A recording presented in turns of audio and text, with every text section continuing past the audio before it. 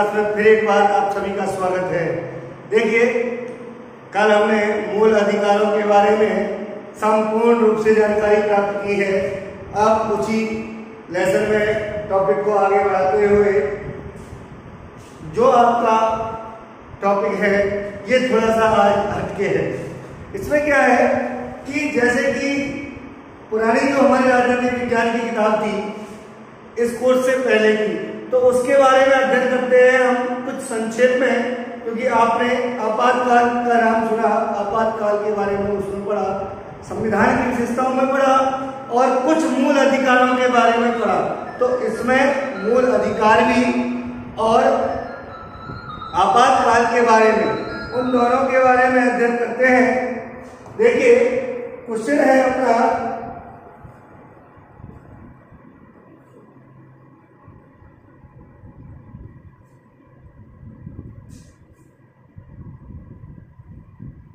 आपातकाल के संदर्भ की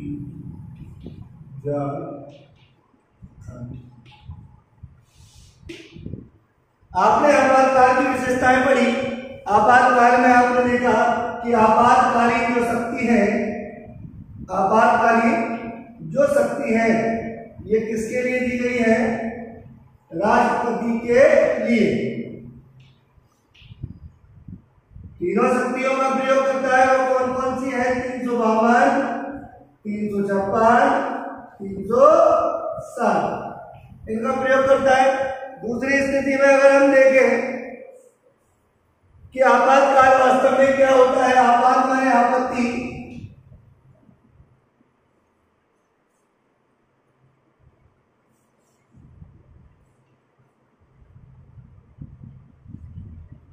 का समय, काल वाली समय कि 25 जून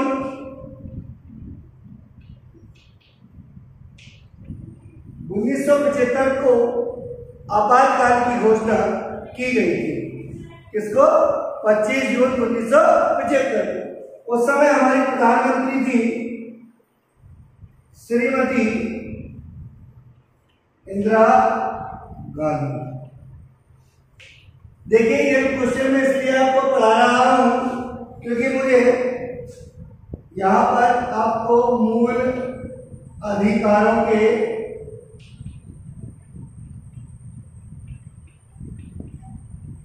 दोष पढ़ाने हैं। तो दोष से पहले मैं कुछ जो आपको अधिकार दिए गए हैं उनमें कमियां, उनकी खासियत आप पढ़ चुके हैं, मैं आपको कमी बताना चाहता हूं।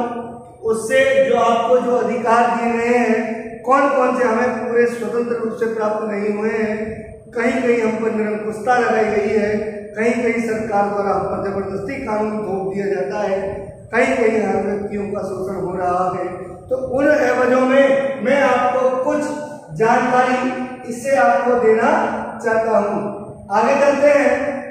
आपातकाल के समय आपको मैं बता दूं कि सबसे पहले 1967 में जब चुनाव हुए थे तो इस दौर में भी प्रधानमंत्री इंदिरा गांधी थी। यहां पर एक कछावर नेता के तौर पर श्रीमती इंदिरा गांधी जनता के सामने आई और यहां पर उन्होंने जनसंपर्क का दौरा किया। दूसरी स्थिति में जितने भी कांग्रेस के युवा वर्ग थे, युवा और योग्य वर्ग थे, वो सभी श्रीमती इंदिरा गांधी के साथ जनसंपर्क पर जाने लगे।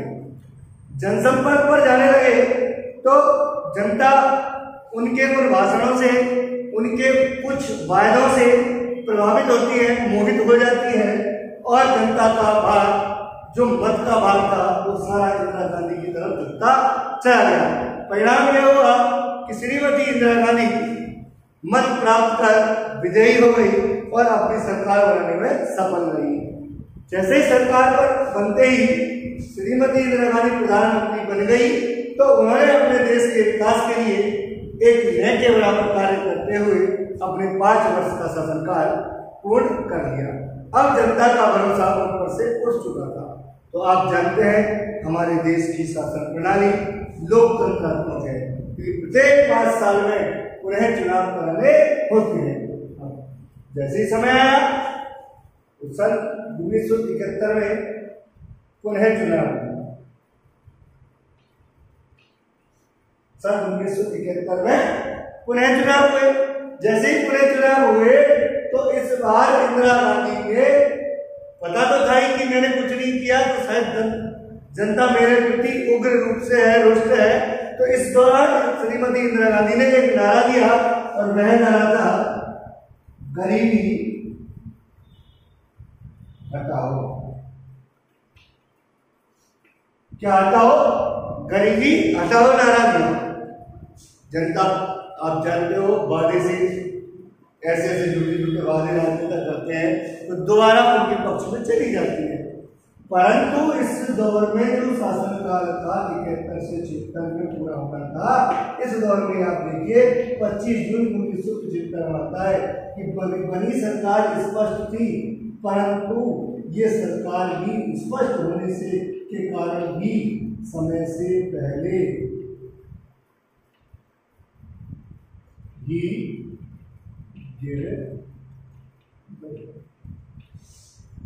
अब पूछते हैं कि समय से पहले गिर गई है, तो समय से पहले गिरने का क्या कारण था? अब हम कारणों की चर्चा करें, उसमें सबसे प्रमुख कारण यह माना जाता है कि सरकार की जितनी भी योजना थी वे सभी योजना कैसी रही? सफल। दूसरी स्थिति में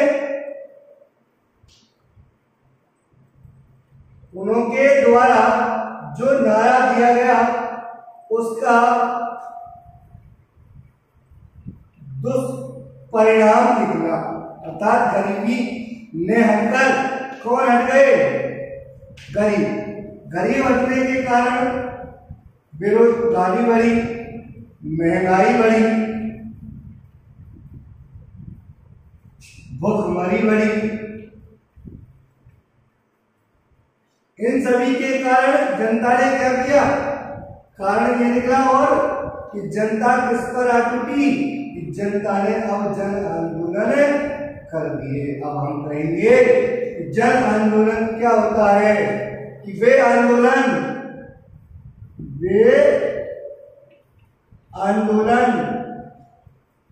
जो दलगत राजनीति से दूर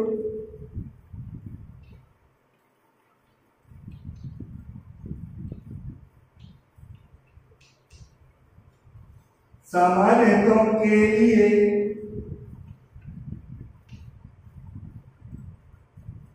चलाए जाते हैं,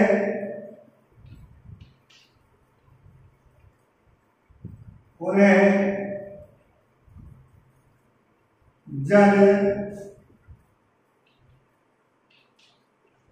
आंदोलन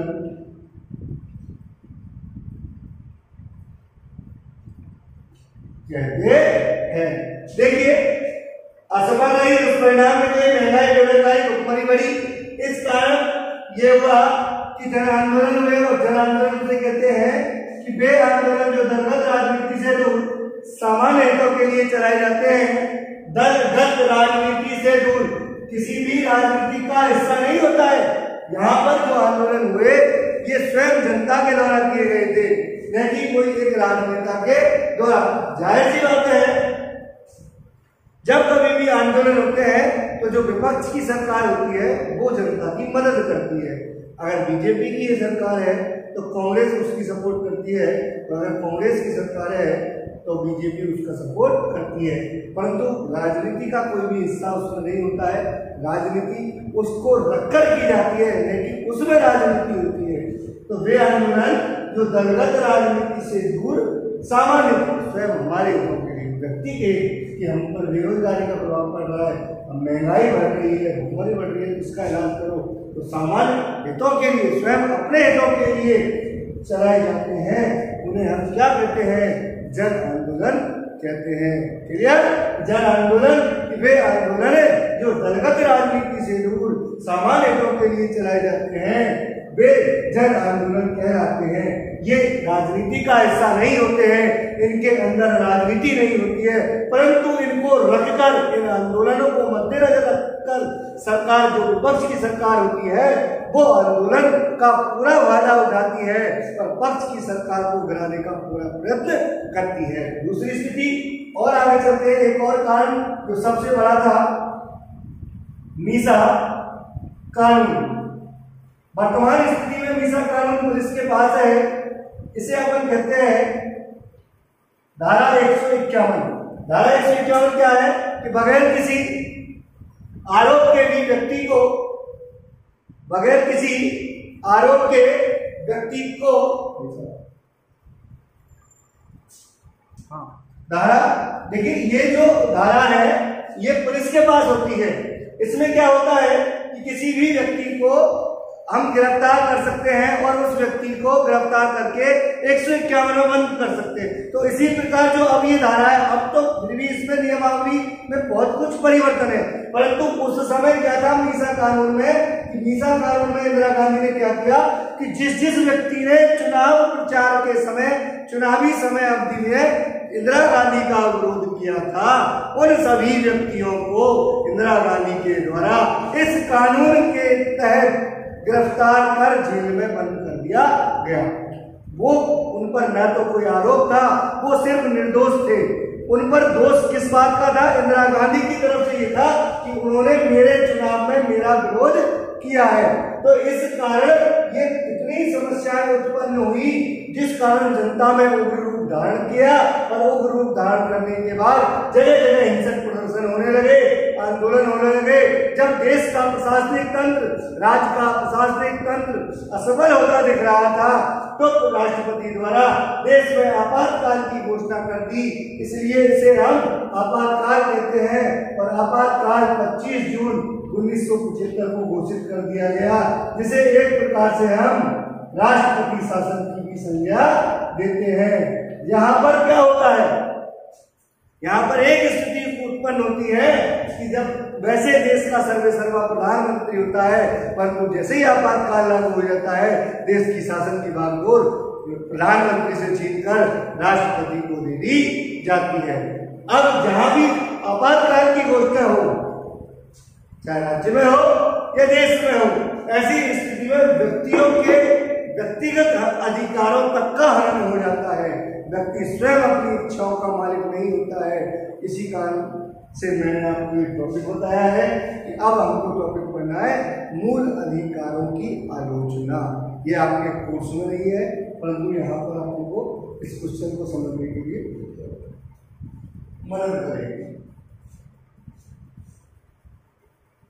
चलते हैं आज के नेक्स्ट क्वेश्चन की ओर।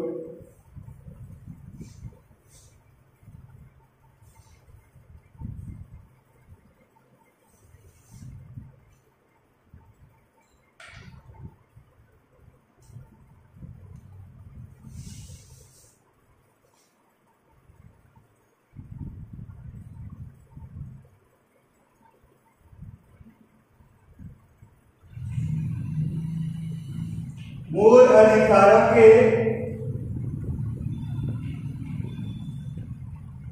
दो, देखिए जैसा कि आप जानते हैं मूल अधिकार 6 अनुच्छेद 12 से 35 तक कुल 23 जो अधिकार आपको दिए गए हैं। वैसे तो अधिकतर सभी अधिकार व्यक्तियों को प्राप्त है और सभी उनका उपयोग करते हैं, परंतु हम उपयोग के साथ साथ मैं आपको उनका दुरुपयोग भी बताता हूँ, कुछ उनमें कमियां भी बताता हूँ, और वे कमियां कौन कौन सी हैं वो आपको मैं स्पष्ट तरीके से जानकारी देना चाहता हूँ। सबसे पहला जो पॉइंट है हमारा प्रतिबंधों की अधिकता।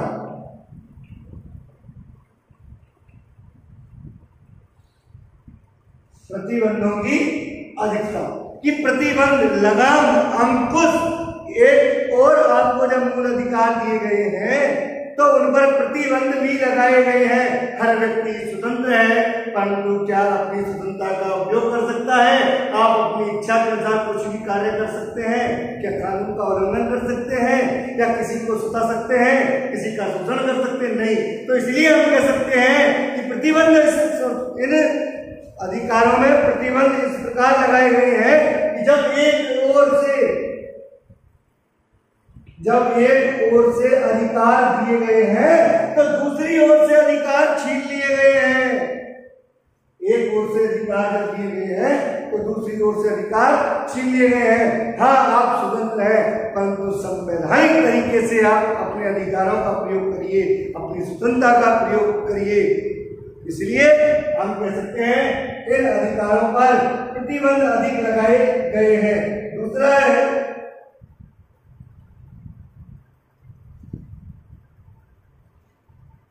चुनावी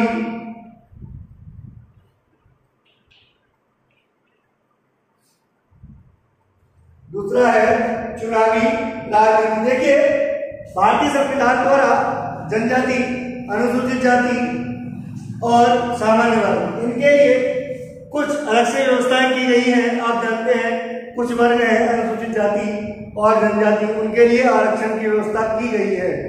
यहाँ तक कि सरकार द्वारा भी जब टिकटों का वितरण किया जाता है तो टिकट वितरण में जातिगत समीकरण को मद्देनजर रखा जाता है, जातिगत स्थिति को ध्यान में रखा जाता है कि किस जाति के लोगों की वोट ज्यादा है, किसका बहुमत ज्यादा है, तो उसी जाति के प्रत्याशी को सरकार पार्टी द्वारा टिकट मुहैया कराया जाता है, टिकट दिया जाता है। तो इसलिए इसमें क्या होता है, जैसे कि अनुसूचित जाति और जनजाति के आरक्षण है तो उनकी सीटों की संख्या भी ज्यादा होगी।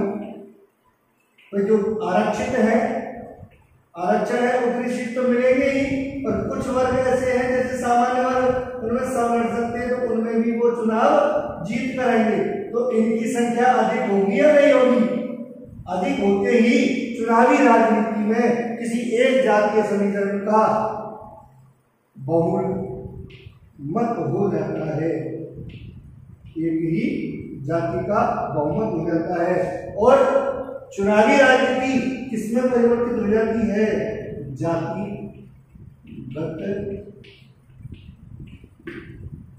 राजनीति। दोबारा सुनिए, हमारे भारतीय संविधान द्वारा अनुसूचित जाति और जनजाति के लिए आरक्षण संबंधी व्यवस्था की गई है। अनुच्छेद 335 पढ़ा, 330 और 332 पढ़े, उनमें था। आगे चलते हैं, और जैसी कोई पार्टी होती है जो सीमा करती है, वहां भी इस जातिगत समीकरण का विशेष तौर पर ध्यान रखा जाता है। जिस जाति समुदाय के लोग अधिक होते हैं उस समुदाय के लोग को टिकट दिया जाता है। इस कारण ये एक स्पष्ट राजनीति में होकर जातिगत राजनीति हो जाती है। तीसरी पढ़ते हैं न्यायिक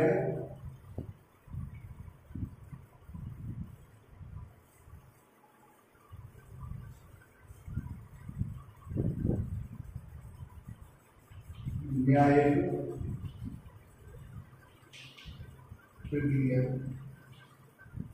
देखिए, भारतीय संविधान द्वारा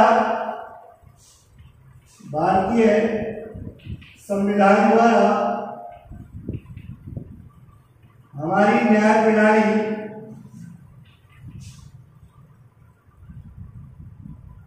कठोर, लचीली,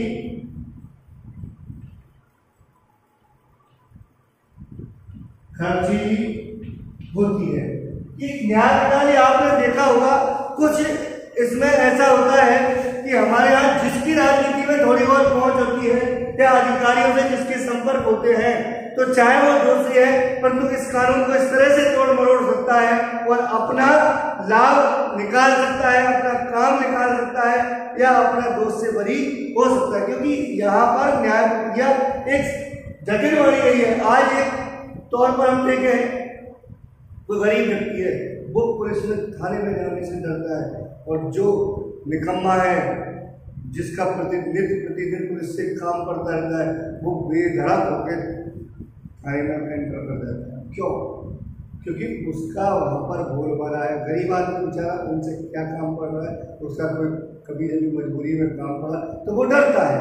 तो इसलिए जो पकड़े लोग होते हैं, जो जिनका काम उनसे पड़ता रहता है, तो वो तो अपना काम आसानी से निकलवा लेते हैं, और जो बेचारे समझते नहीं है वो इसमें फंसते चले जाते हैं। उनका काम बेचारा साधारण तरीके से नहीं होता है, उसे परेशान करके कल आना परसों आना नित्य प्रतिदिन परेशान किया जाता है। इसलिए भारतीय संविधान द्वारा जो हमारी न्याय प्रणाली है वो भी अत्यंत जटिल है, लंबी है, खर्चीली है, जिससे स्वयं नागरिक अपनी रक्षा करने में जो साधारण नागरिक हैं असफल हो रहे हैं। अगली है नंबर 4, शोषण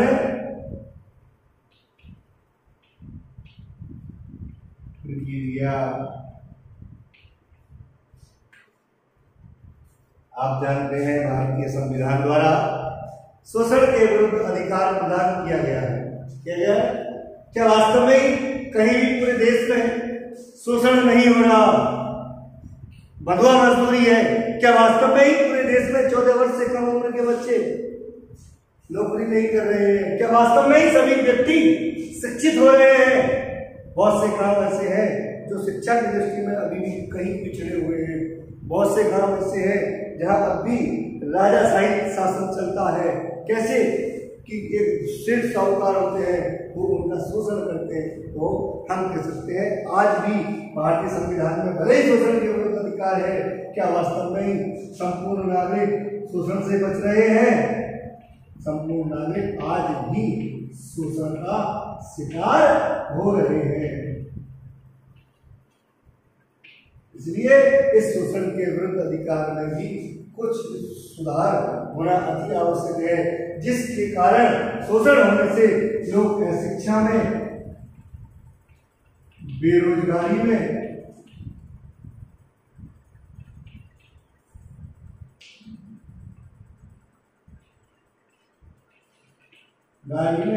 बढ़ोतरी कर रहे हैं। आगे चलते हैं। नंबर 5, आपात काल के दौर में, मैंने अभी आपको बताया था कि आपातकाल के दौर में प्रधानमंत्री से शक्ति जीतकर राष्ट्रपति के लिए दे दी गई थी। जब प्रधानमंत्री की शक्तियों का हनन हो जाता है तो उस दौर में जो व्यक्ति के अधिकार होते हैं उन सभी का भी हनन हो जाता है, और व्यक्ति जब तक आपातकाल का समय चलता होता है, प्रारंभ होता है, और अंतिम तक उस समय जितने भी जो संविधान द्वारा व्यक्ति को मूल अधिकार दिए जाते हैं उन सभी पर रोक लगा दी जाती है। तो उस स्थिति में व्यक्ति के अधिकारों का भी हनन होता है। अगला चलते हैं, लास्ट पॉइंट हमारा है व्यवस्थापिका की